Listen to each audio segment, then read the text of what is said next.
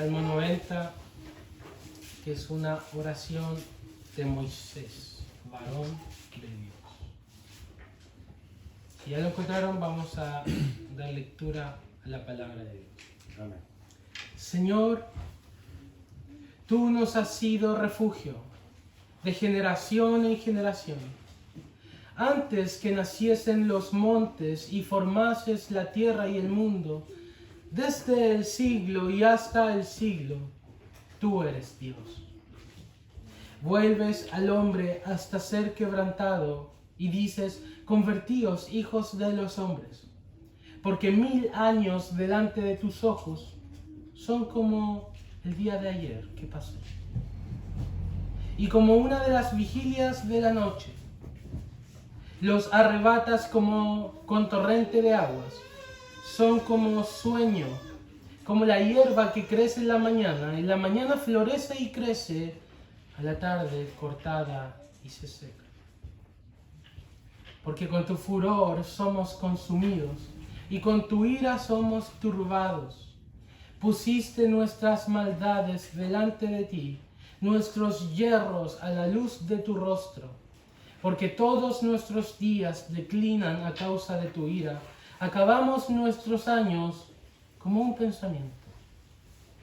Los días de nuestra edad son 70 años. Y si en lo más robustos son 80 años, con todo su fortaleza es molestia y trabajo, porque pronto pasan y volamos. ¿Quién conoce el poder de tu ira y de tu indignación, según debes ser temido?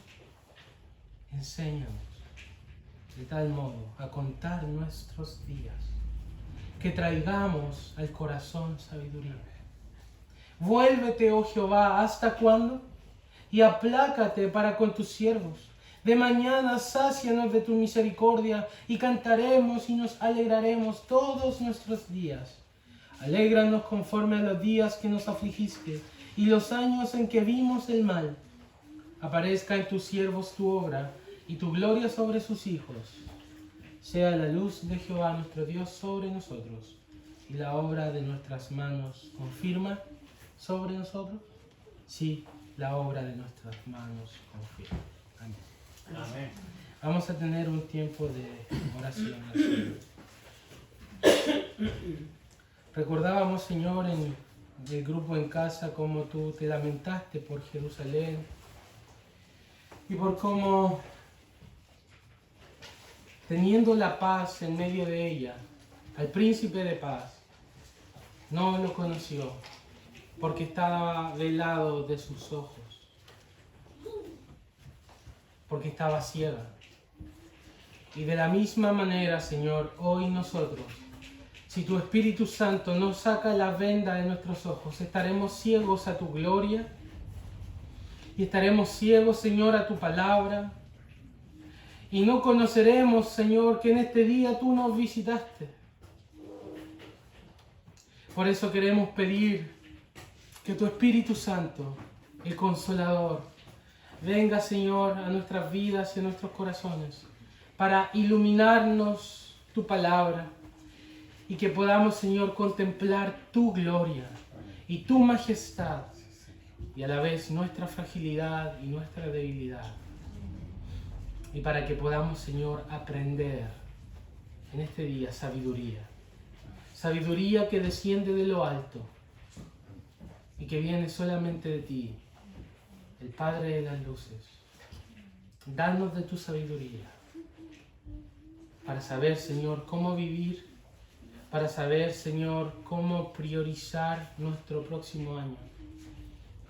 Te pedimos, Señor, de tu bendición en esta hora, por los méritos de Jesús. Amén. Amén. Amén. Un año que se va y el 2023, cuando pensamos en el 2023, ¿cuál es el recuento? ¿Cuál es el resumen? ¿Cuáles son los grandes eventos, los altos, los bajos que hemos estado atravesando? Pero como muchos damos gracias, aún en los momentos bajos Dios ha estado con nosotros. Pero no solo miramos al pasado, también miramos hacia el futuro, hacia el 2024. ¿Qué es lo que viene? ¿Cuáles son nuestros propósitos? ¿No? Es muy común eso de ¿cuáles son tus objetivos este 2024? No, voy a perder 10 kilos, dicen algunas. No, otros, voy a estudiar, muchas cosas.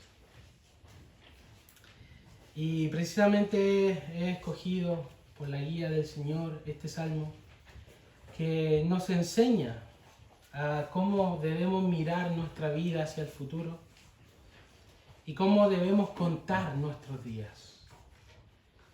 Este es un salmo muy antiguo, el más antiguo de hecho, pero que a la vez hoy se hace tan nuevo y relevante para nosotros. Se escribió hace miles de años, miles. Y hoy estamos en el 2024 y sigue siendo tan relevante para nosotros hoy.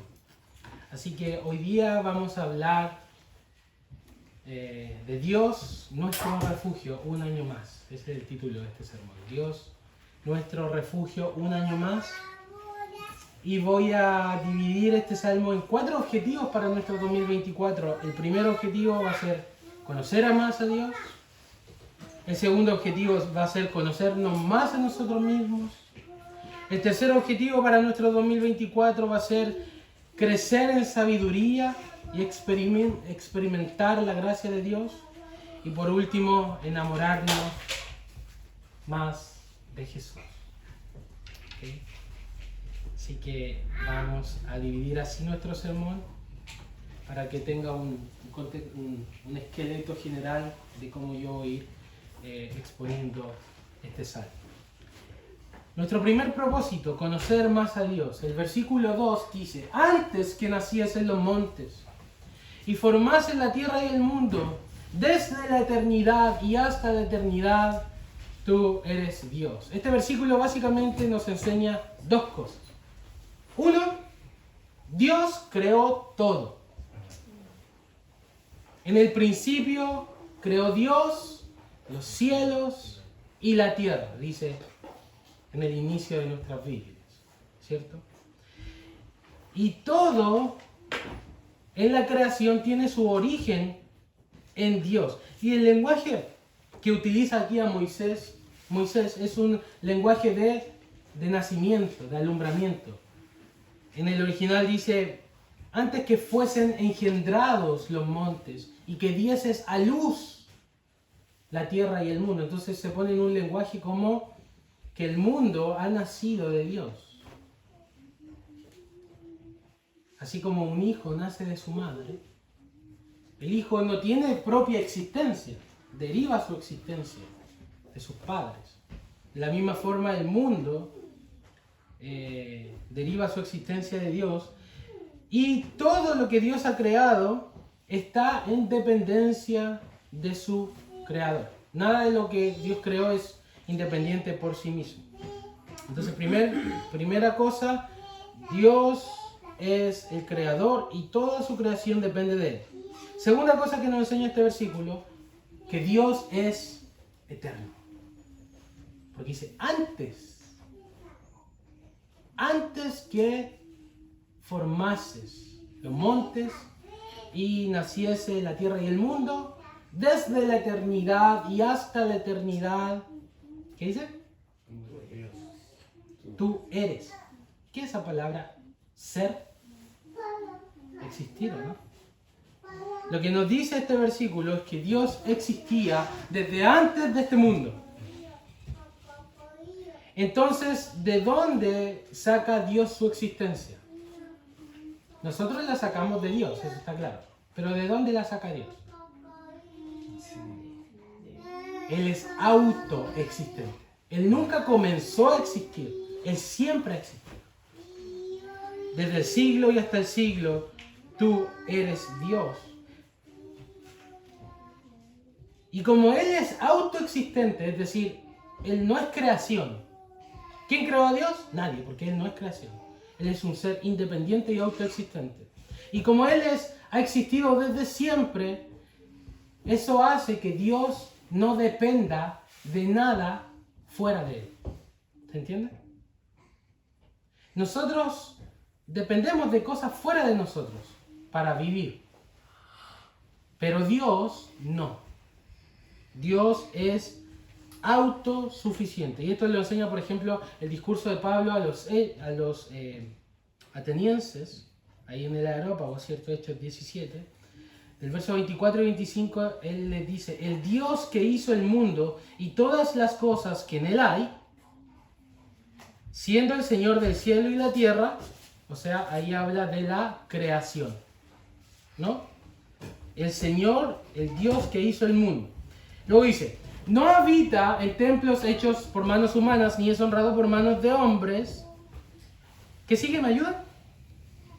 Como si necesitase de algo. El hecho de que Dios sea creador, que exista antes de su creación, implica que Él no necesita nada de su creación para existir. Una vez pasé por Recoleta en mi auto y había un letrero fuera de una iglesia que decía: Dios te necesita. Señor santo, eso es una blasfemia. Porque Dios no te necesita, Dios no necesita su creación para existir. Dios no necesita su media naranja, Dios ya es completo en sí mismo. Él es autosuficiente. Y luego Pablo sigue diciendo: pues Él es quien da vida y aliento a todas las cosas. Es decir, no solo Él es autosuficiente en sí mismo, sino que hace que todo lo que Él ha creado sea dependiente de Él, porque Él da vida y aliento a todas las cosas. Todo lo que está fuera de Dios, fue creado por Dios, depende de Dios. Y esto tiene grandes implicaciones prácticas para nuestra vida. Porque nosotros somos seres súper necesitados.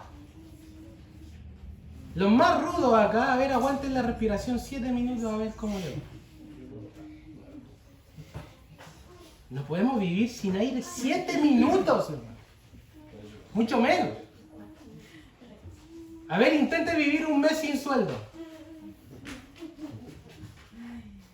Ay, ay, ay, ¿no? Intente vivir en el invierno sin calefacción. Y esas son algunas cosas. Comida, agua. Dependemos de muchas cosas fuera de nosotros. Pero Dios es un ser que no tiene necesidad. Y esto significa que nosotros debemos buscar nuestro todo en Dios. O sea, Dios es la fuente de todo lo que nosotros necesitamos. Esto nos enseña que nosotros somos seres súper necesitados, frágiles y débiles. Nos cansamos, ¿o no? ¿Cuántos acá están cansados?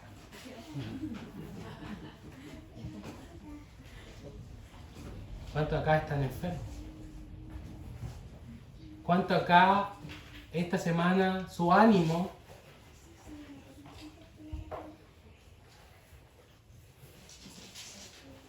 y nos marchitamos?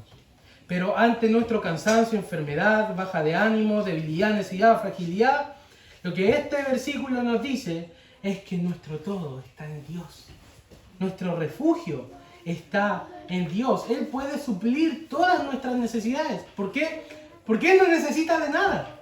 Y hace que nosotros dependamos solamente de Él. Así que lo que nosotros más necesitamos es depender de un Dios que es autosuficiente. Es conocer a este Dios. De aquí entonces que toma sentido lo que dice el versículo 1. Señor, tú nos has sido refugio de generación en generación.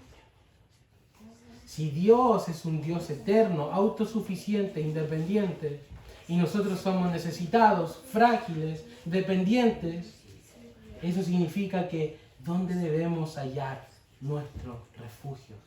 ¿Dónde debemos suplir nuestras necesidades? Señor, tú has sido nuestro refugio. Y la palabra en el original para refugio es morada, en el original hebreo acá. Morada. Dios, tú has sido nuestra morada. Y es especialmente relevante en el contexto porque esto fue escrito en una generación que andaba por el desierto y no tenía casa fija, sino que caminaban de tienda en tienda. No tenían una herencia, pero Dios les dijo, yo soy tu herencia. ¿No tienes casa? Yo soy tu morada. Yo soy tu hogar. Eso le dice Dios a los israelitas. Yo soy tu morada. Es lo que ora aquí Moisés. Señor, tú nos has sido por morada de generación en generación. Y la morada, el hogar, es el lugar seguro. ¿O no? Es donde encontramos paz, sosiego. Donde nos tiramos en el sillón, podemos descansar. ¿Ah? Nos sacamos la ropa formal, andamos en pijama, en pantuflas. Porque es nuestro lugar donde encontramos seguridad. Si estamos a dos cuadras o 3 cuadras de nuestra casa y empieza a llover torrencialmente y estamos sin paraguas y sin chaqueta, porque así es el clima acá de un momento a otro, ¿qué hacemos inmediatamente? ¿Para dónde vamos? Vamos a la casa. De la misma forma, cuando caen torrentes de aflicciones y problemas, ¿para dónde corremos? A nuestro hogar. ¿Qué es nuestro hogar? ¿Dónde encontramos paz, sosiego, refugio? De hecho, por eso se traduce aquí refugio, porque es lo que implica una morada. Una morada es donde tú vas a refugiarte de la tormenta de afuera. Lo mismo dice Moisés en Deuteronomio 33, 27. Tu refugio es el eterno Dios. No solamente pensar en Dios como tu refugio, sino ¿quién es ese Dios? Existe antes de todas las cosas. Entonces es un refugio fuerte, ¿o no? Grande, una roca firme. Tú nos has sido refugio, el eterno Dios. Y luego dice, y acá abajo, dice Moisés, los brazos eternos. Cuando estás llorando, desconsolado. Uno quiere un abrazo, ¿no? Moisés dice, hay unos brazos eternos que te pueden abrazar. Unos brazos autosuficientes. Una mina de fuente de fortaleza y felicidad. Entonces, el hecho de que nuestro Dios sea autosuficiente, eterno, glorioso, creador, implica para nosotros que nosotros debemos encontrar nuestro refugio solamente en Él. Él es la fuente inagotable de protección para nuestras aflicciones, perdón para nuestros pecados, fortaleza para nuestra santidad, ánimo para nuestra tristeza, sabiduría para nuestra vida. Dios es la fuente inagotable y nosotros somos siervos sedientos, heridos, que necesitamos hallar nuestra frescura en esas aguas. Debemos beber de esas aguas y lavarnos en esas aguas. Así que, ¿cuál es el primer propósito de este 2024? Que Dios siga siendo nuestro refugio. Amén. Un año más. Seguir conociendo, seguir profundizando en su carácter, seguir profundizando en su eternidad, en su autosuficiencia. Más adelante este salmo habla de su ira, de su santidad. Después termina a Moisés hablando de su gracia. Conocer más y profundamente a Dios, pero no solo de una manera intelectual, sino de una manera de experiencia. Lo hemos experimentado. Dios es mi refugio porque he sentido su fortaleza cuando he estado débil. No es algo que me han contado. Es algo que yo he sentido en mi vida. He estado debajo de esas alas. He sentido la sombra de esa morada. He sentido esa paz, ese sosiego. Conocerlo más a Él. Pero ¿cuál es nuestro principal problema, hermanos, como seres humanos? Nosotros siendo tan dependientes, frágiles y débiles, creemos que somos súper independientes y súper fuertes. Tienes que ser fuerte. ¿Cuántas mujeres empoderadas hay acá? Levante la mano la mujer empoderada. Tú no eres una mujer empoderada. Eres una vulnerable y frágil criatura que necesitas de los brazos de tu Dios. Tú no eres un hombre rudo y fuerte. Eres un niño frágil y dependiente del Eterno. No somos gente fuerte.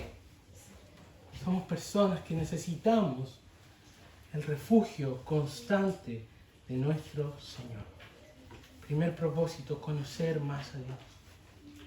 Segundo propósito de este 2024, conocernos más a nosotros mismos. Y eso es lo que sigue en adelante el Salmo desde los versos 3 al 11. Moisés empieza a hablar de la transitoriedad del ser humano. Empieza a hablar del origen de nuestras miserias, de la sentencia divina sobre nuestra raza y lo efímero que es nuestra vida, hablando de la muerte. Así empieza a hablar de hombre. Vuelves al hombre, dice aquí, hasta ser quebrantado. No es tan correcto esa traducción. Porque la palabra en el original hebreo no es quebranto, es polvo. Vuelves al hombre hasta el polvo, como dice la Biblia de las Américas. Dice, haces que el hombre vuelva a ser polvo. ¿Qué te recuerda eso?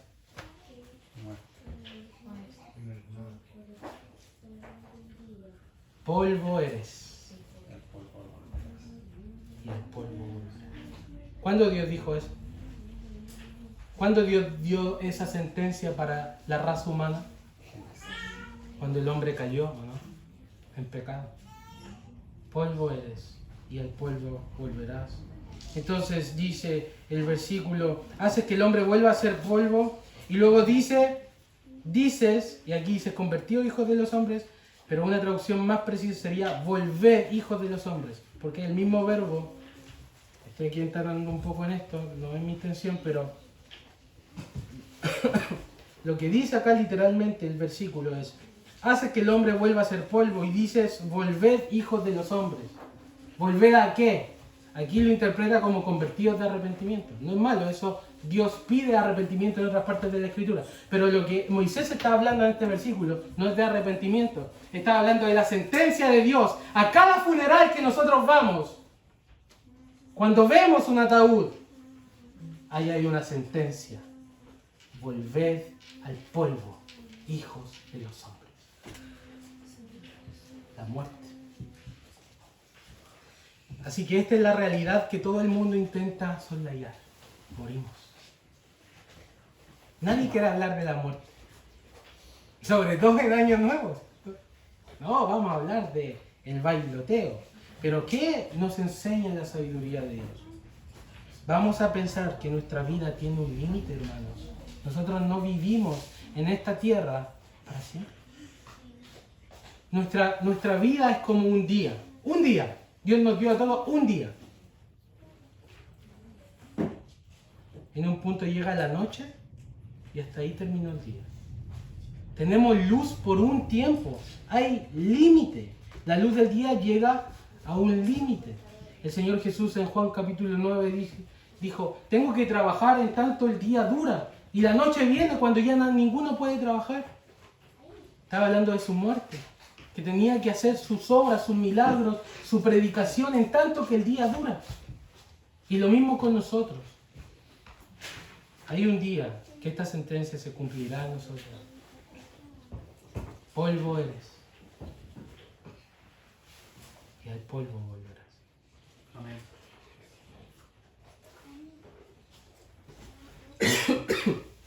Entonces la pregunta es la siguiente. ¿Estamos conduciéndonos en nuestra vida sabiendo que hay un límite determinado? ¿O estamos viviendo esta vida pensando que vamos a vivir para siempre? De hecho, así viven los necios. Eso enseña el Salmo 49. Que los necios viven como si vivieran para siempre. hasta que los sorprende como un torrente de aguas precipitado, un chaparrón, sorprende la muerte. ¿Qué estamos haciendo con nuestra vida? Mira esta pregunta, ¿dónde estamos acumulando nuestros tesoros?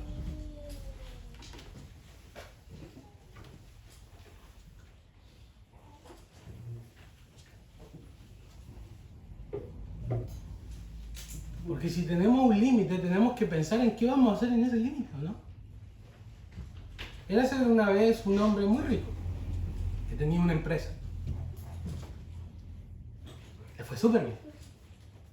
Le fue tan bien que lo que produjo su empresa en ese año fue 100 veces mejor de todo lo que había producido en 20 años. Entonces este hombre rico se preguntó, ¿qué haré con tanta riqueza?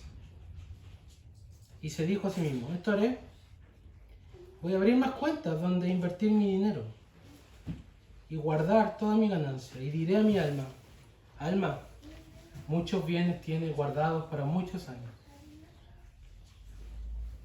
La necesidad de pensar que uno vive para siempre. Repósate, come, bebe, regocíjate. ¿Es malo ser rico? ¿Es malo trabajar y producir? No. Pero ¿cuál es el punto de esta parábola que yo estoy parafraseando, que se encuentra en Lucas 12? Que mientras su vida, él la tiene invertida en su trabajo. Esa es su vida. En los tesoros de esta tierra. ¿Qué piensa Dios de eso? ¿Qué dice Dios acerca de eso? Entonces vino esa noche Dios y se le acercó y le dijo, necio. ¿Es sabio vivir así? ¿Es sabio vivir nuestra vida gastándonos en lo que perece y en lo que a vida eterna no permanece? ¿Es sabio eso? Pero Dios le dijo, necio. Tonto. Te faltó conocimiento. Esta noche vienen a pedirte tu alma. Y lo que has provisto, ¿de quién será? Y luego termina la parábola y Jesús da esta conclusión. Así es el que hace para sí tesoro, y no es rico para con Dios. Considerar nuestra muerte nos da una perspectiva específica de cómo estamos viviendo, cómo estamos ocupando nuestra vida, cómo estamos invirtiendo nuestras fuerzas, para qué estamos trabajando. Este hombre tonto, y muchas veces nosotros somos tontos porque pasamos nuestros días acumulando tesoros para nosotros. En cambio, el Señor nos dice, haga tesoro para Dios. Que Dios sea tu tesoro. Sigue Moisés hablando. Primero empezó a hablar de la muerte. Y luego empieza a hablar Moisés y nos empieza a comparar con Dios. Y dice, porque 1000 años. ¿Algún ser humano llegó a los 1000 años? No, nadie llegó a los 1000 años. Dice, 1000 años, versículo 4, delante de tus ojos, son como el día de ayer. ¿Qué pasó ayer? Bueno, tu cumpleaños. ¿Cómo el ayer? Como una de las vigilias de la noche. Para Dios, 1000 años, son como 3 o 4 horas. Eso es una vigilia de una noche. 3 o 4 horas de la madrugada. Ni siquiera toda la madrugada. 3 o 4 horas. Entonces, si 1000 años son 3 o 4 horas, ¿cuántos son 70, 80 años que es lo que vivimos? ¿Saben cuánto es para Dios? 20 minutos. 20 minutos. Tenemos 20 minutos. ¿Qué va a hacer en sus 20 minutos? En sus 70, 80 años. ¿Dónde los va a invertir? Y Moisés empieza a hablar de varias ilustraciones acerca de la brevedad de la vida. Primero empieza diciendo que la muerte es como un torrente de agua que arrebata, o sea, como algo impetuoso, irresistible e inevitable. Luego, como un sueño es breve. Y luego, dice que como la hierba. Y tengo a mi hijo recién nacido, de paquete, ¿cierto? Un mes y algo. Y él es hierba fresca, de mañana. Pero yo voy al centro de Ancud y me encuentro con un anciano de 80 años, todo arrugadito, jorobadito, que apenas puede caminar con un bastón. Y yo miro a mi hijo, de la mañana la hierba crece y está joven. Pero después miro al anciano y la hierba se marchita por la tarde. ¿Qué nos habla de eso? ¿Qué es lo que Moisés nos quiere apuntar? Somos marcesibles, nos marchitamos, envejecemos, nuestra vida es breve. Por eso una mañana crece y florece, a la tarde se seca y se marchita. Así es nuestra vida, como resumiendo, nuestra fragilidad, volvemos al polvo. La muerte es como un torrente de aguas, la vida es como un sueño y como la hierba. Todo hombre y toda gloria del hombre es como la hierba y como la flor de la hierba. Qué deprimente, hermano Cristian, que me está hablando de esto, no año nuevo. Es importante considerar esto, es importante profundizar en esto y luego nosotros vamos a llegar, ¿por qué estamos hablando tanto de esto y por qué Moisés habla tanto de esto? Para llegar a la conclusión y la aplicación en el verso 12, ¿ya? Pero es importante considerar nuestra fragilidad. Somos polvos, tenemos límites, nuestra vida es corta. De los versos 7 al 11, Moisés sigue hablando de nuestra fragilidad, pero ya en una perspectiva de cuál es la fuente de nuestro problema. Y la fuente de nuestro problema es el pecado. Y el pecado produce la ira de Dios. Verso 7 dice: porque con tu furor somos consumidos y con tu ira somos turbados. Pusiste nuestras maldades delante de ti y nuestros hierros a la luz de tu rostro. De acuerdo al Pentateuco, Moisés vio morir a 1.200.000 personas en el periodo de 38 años. Lo que significa que cada año Moisés veía morir a 31.580 personas. Y que cada día habían 87 funerales. Muchas de esas personas, toda la generación que salió de Egipto, de hecho toda la generación murió en el desierto, pero unos murieron por causas naturales y otros murieron la rebelión de Coré. Ustedes ven ahí, lean números. Miles de personas en un pecado, cuando fueron a Baal Peor, ¿cierto? Con las hijas de Moab.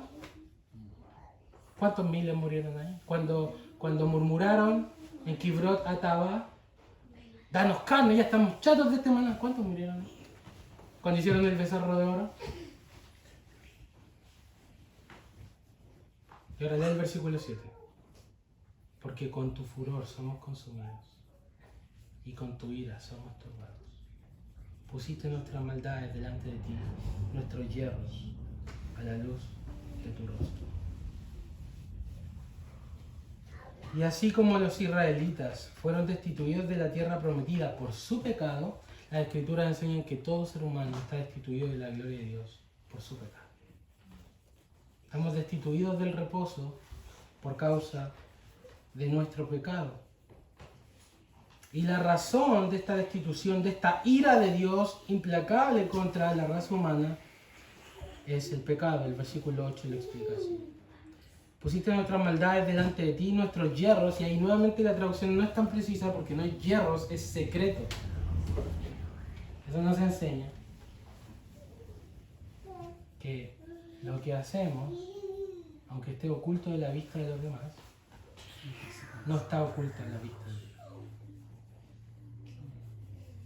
Nadie sabía que Acán había profanado y había tomado, cuando Dios les dijo que no tomaran, nada de Jericó. Y lo escondió, y nadie lo vio, y lo escondió debajo de su tienda, lo enterró. 2 lingotes de oro, un vestido, ¿qué más? Pero ¿quién lo vio? Dios. ¿Quién vio nuestros pecados en luz? Lo que hacemos dentro de las puertas de nuestro hogar, o de nuestro cuarto, o en un baño.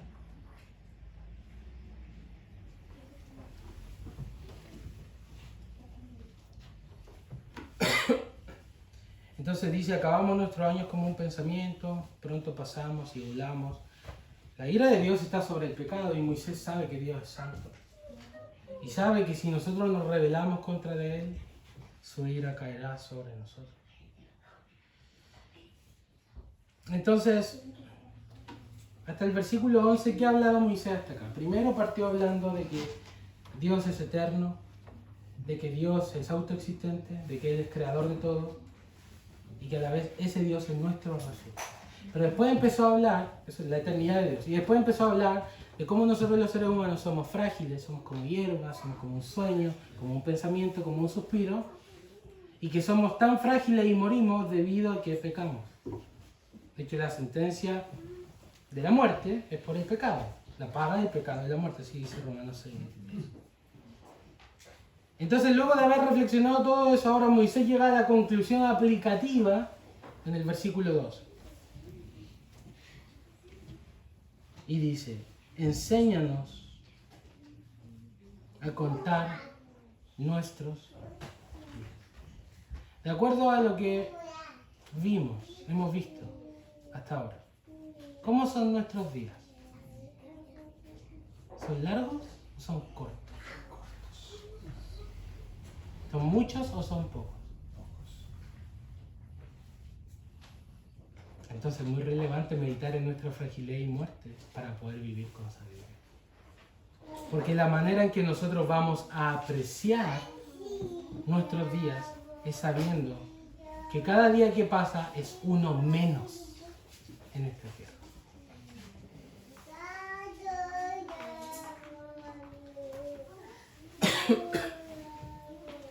Teniendo en cuenta nuestra fragilidad y teniendo en cuenta cuán pocos son nuestros días, que podamos reflexionar en el modo en cómo pasamos nuestros días.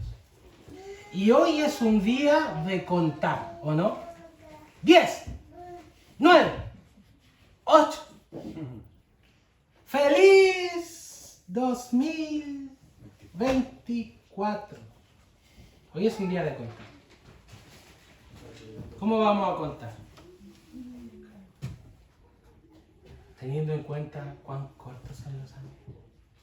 Cuán rápido pasa. Ayer era marzo del 2023. ¿Ah? Cuán rápido pasa el tiempo. Entonces, teniendo en cuenta cuán grande es Dios, cuán pequeñitos somos nosotros, este versículo nos enseña a que debemos aprovechar nuestra vida y vivirla con sabiduría, vivirla con entendimiento, aprovechar bien el tiempo. ¿Y qué es la sabiduría? ¿Y dónde viene la sabiduría? Proverbios 1:7, el principio de la sabiduría es el temor a Jehová, el temor del Señor. Es considerar a Dios tu refugio, es verlo a Él como grande, todopoderoso, pero a la vez tu Padre. Y que tú le temes y quieres conformarte a sus mandamientos. Ese es el temor al Señor. No un temor de terror, sino un temor reverente como de un hijo o un padre. Entonces, lo que resta de nuestra vida, nuestros días están contados, hermano. Esa es una frase muy común para los sicarios. Estos días contados. Pero sí están contados en realidad. Dios los tiene contados. Y ya nos puso el límite a nuestra habitación. Todos acá tenemos un límite. Y vamos a llegar a ese límite. Y se va a cumplir esa palabra. Polvo eres y el polvo volverás. Versículo 12. Entonces, enséñanos a contar nuestros días. De modo que traigamos al corazón sabiduría. Romanos 2:6, Pablo dice que Dios pagará a cada uno conforme a sus obras, y dice el versículo 7, vida eterna a los que perseverando en bien hacer buscan gloria, honra e inmortalidad, y esos son los creyentes. Y ese versículo es para ponerlo en un escudo espartano. Los que buscan gloria, honra e inmortalidad. Eso es vivir con sabiduría. Buscando lo eterno, haciendo tesoros para el cielo, invirtiendo nuestra vida en lo que a vida eterna permanece. Ser como Moisés. Oración de Moisés, así empieza este salmo. Oración de Moisés, varón de Dios. Puedo decir de ti, como de Moisés, que eres un varón de Dios. Eres una mujer de Dios. Eso es vivir la vida con sabiduría. Entonces, ¿cómo vamos a pasar los próximos 365 días del 2024? Enseña. No sabemos. Tenemos que aprender. Enseña. Enseña. Primer propósito, conocer más a Dios. Segundo propósito, conocernos más a nosotros mismos. Tercer propósito, vivir sabiamente. Lo estamos viendo ahora en el verso 12. Pero también experimentar la gracia de Dios desde los versos 13 en adelante. Vivir sabiamente es experimentar continuamente la gracia de Dios. ¿Quieres vivir con sabiduría? 1. Ora por la restauración. Versículo 13. Vuélvete, oh Jehová, ¿hasta cuándo? Y aplácate para con tus siervos. Pedir al Señor su favor. Yo el otro día pensaba en esto. ¿Saben cuán fácil para Dios es convertir miles de personas?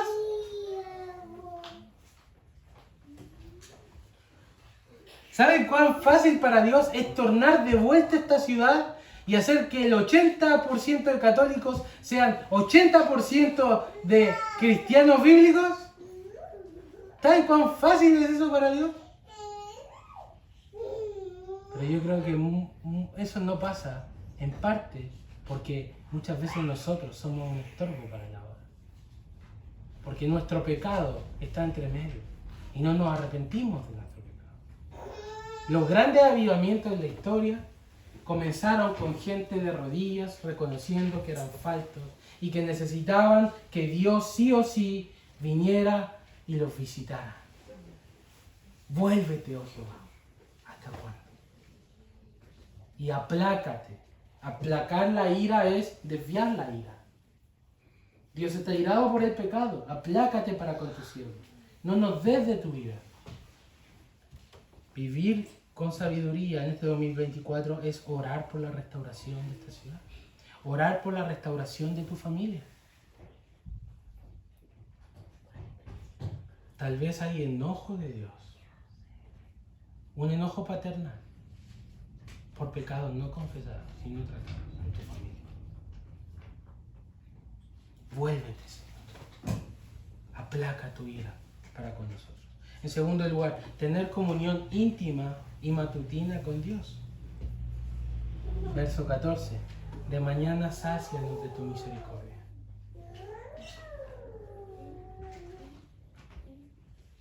De mañana sácianos de tu misericordia. Estamos sedientos, ¿cierto? Estamos vacíos, necesitamos ser saciados. ¿De qué? De tu misericordia. Y aquí Moisés empieza, si bien habló del Dios como eterno refugio, después habló de un Dios de ira y de santidad, ahora Moisés está hablando de un Dios de misericordia y de compasión. Tus misericordias se renuevan cada mañana. Sácianos de mañana. Que esa sea nuestra oración cada vez que abrimos nuestros ojos. Que esta mañana, Señor, pueda experimentar y saciarme de tu misericordia. Y eso que va a producir en nosotros alegría y canto, ¿o no? ¿Qué dice ahí? Y cantaremos y nos alegraremos todos nuestros días. Vivir alegres y contentos es sinónimo de vivir sabiamente. Pero no alegres y contentos por las cosas terrenales, Ciertamente Dios nos da ese tipo de contentamiento también, pero principalmente en Él. Alegrarnos en Él. En cuarto lugar, contemplar la gloria de Dios en nuestras vidas y la de nuestras familias. Versículo 16. Manifiesta a tus siervos tu obra y tu gloria sobre sus hijos. ¿Cómo nosotros pensamos que ese Dios transmita su gloria y su manifestación no solo a nosotros, sino también a nuestra familia, a nuestros hijos? Y finalmente, versículo 17, acá dice, la luz de Jehová nuestro Dios sea sobre nosotros, pero una traducción más precisa sería, la gracia de Dios sea sobre nosotros.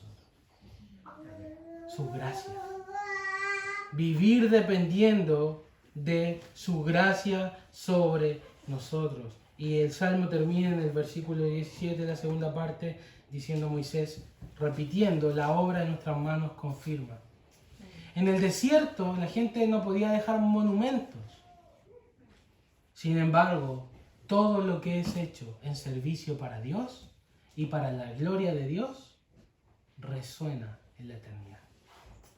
Por eso Pablo en 1 Corintios capítulo 15 le dice, vuestro trabajo no es en vano. Lo que nosotros hacemos en esta vida para el Señor permanecerá. Cuando sembramos para la eternidad, Dios recompensará. Un himno que dice, solo hay una vida, pronto pasará. Lo que se ha hecho por Cristo, solo eso quedará. ¿Cómo está afectando tu servicio a Cristo en tu alrededor? Esta es una exhortación a servir a Dios, a participar de los grupos de los viernes, a no quedarnos fuera. No quedarnos fuera de cuando estamos conociendo a Dios y conociéndonos más a nosotros mismos. No quedarnos fuera de servir, no quedarnos fuera de participar. Porque todo lo que hacemos por Cristo, no quedarnos fuera de evangelizar, porque todo lo que hacemos por el Señor va a permanecer y Dios lo va a confirmar. 3 propósitos. 1, conocer más a Dios. 2, ¿cuál es el segundo? Nosotros mismos. 3, vivir sabiamente y experimentar la gracia de Dios. Pero yo dije que eran 3 o 4.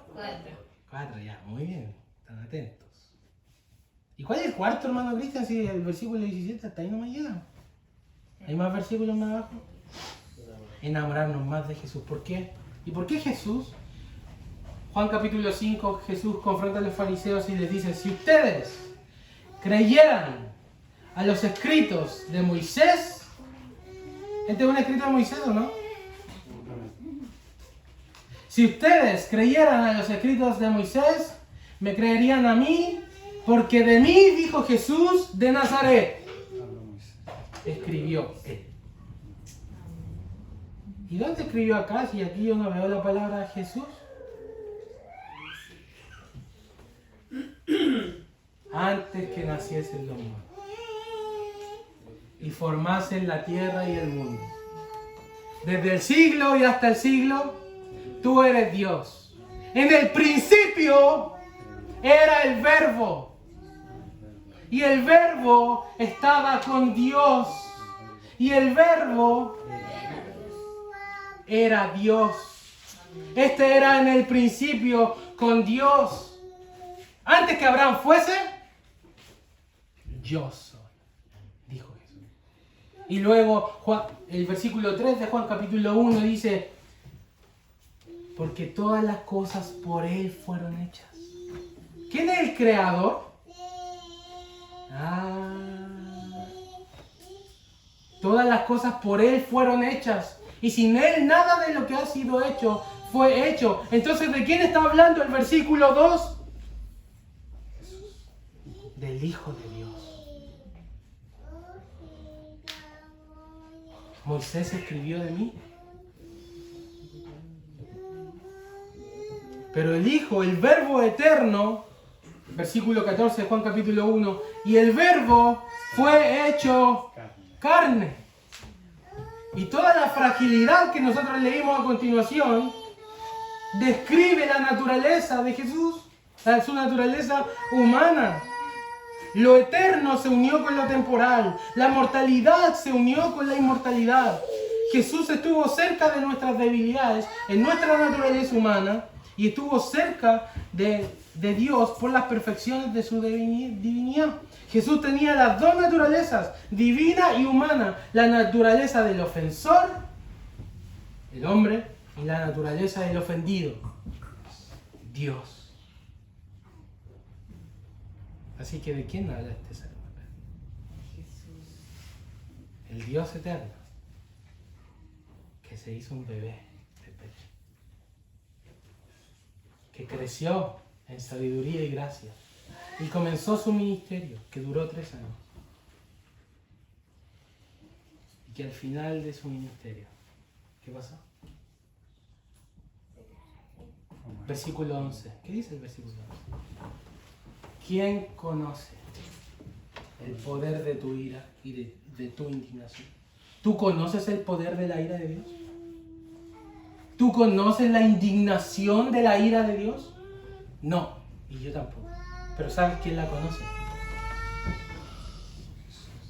El que tomó la copa y tembló ante esa copa de ira. Y dijo, Padre, pasa esta copa de mí, pero no sea como yo quiero, sino como tú. Y ves a Jesús sudar gotas de sangre delante del conocimiento experimental de la ira de Dios. ¿Quién conoce el poder de tu ira y de tu indignación? El Verbo encarnado. Porque Él cargó todas nuestras maldades y nuestros pecados secretos, que dice el versículo 7 y 8, los cargó en Él, y por tanto Él fue consumido con la ira de Dios. Y por esa razón Dios aplaca su ira sobre nosotros. Porque la ira de Dios es como un río impetuoso, un torrente furioso hacia nosotros, pero entre ese torrente y ese río poderoso y nosotros se encuentra en medio la cruz del bendito Hijo de Dios, que absorbe hasta la última gota de la ira. Dios, el Hijo de Dios bebió toda la copa para que tú no tengas que beber ni una gota de más. Y ahora tu copa es la copa de la salvación. Así que a través de su muerte y sufrir la ira de Dios en nuestro lugar, Jesús nos dio gracia. La gracia, versículo 17, la gracia de nuestro Dios sea sobre nosotros. Eso es solamente porque Jesucristo murió por eso. Pero Él no solo murió, Él resucitó. Venció la muerte y ¿saben qué? Él venció la sentencia. Polvo eres y al polvo volverás. Y la muerte no le pudo retener. Y Él fue, Jesús fue la muerte de la muerte. La muerte llegó a su fin cuando Jesús resucitó. Así que la fragilidad, nuestros cortos años, nuestro pecado y nuestra miseria fueron vencidos en la cruz por Jesucristo, el Señor. Así que como cantábamos, sí, algún día vamos a morir, pero también vamos a resucitar. Amén. ¿Por qué vamos a resucitar? ¿Y por qué en ese día, cuando se manifieste nuestro gran Señor y Salvador Jesucristo, el polvo de la tierra, tus huesos sean vueltos a unir y serán revestidos nuevamente de carne? Y esto nos da tanta esperanza por los que ya partieron. ¿O no, María? Amén. La volverás a ver. Gloria a Dios. A Betty. La volverás a ver. Amén. Lo volverás a ver. A los que partieron en el Señor. Así es. Amén. ¿Por qué lo volveremos a ver? Porque Cristo venció la muerte. Amén. Amén, Señor. Y eso nos asegura, hermanos, la vida eterna. ¿Quieres traer a tu corazón sabiduría? Aprende de Cristo, que es manso y humilde de corazón. Mira los evangelios y ve cómo Cristo se condujo. Ese es el epítome de la sabiduría. Él dijo, Salomón fue sabio, pero aquí más que Salomón, igual, decía Jesús. ¿Quieres sabiduría? Mira al Hijo de Dios. Él no solo es tu Salvador, Él no solo es tu Señor, y por si eso ya fuera mucho, Él es tu Maestro. Y el siervo, el aprendiz, no es mayor que el maestro. Entonces el aprendiz debe aprender a ser como yo. Aprended de mí que soy sabiduría para el 2024. Amén. Tengamos un momento de oración. Gracias, Señor, por este año. Gracias por todo lo que ha pasado. Porque todo ha venido de tu sabiduría, Señor. De tu sabia disposición decretada antes de la fundación de los tiempos. Todos nuestros dolores.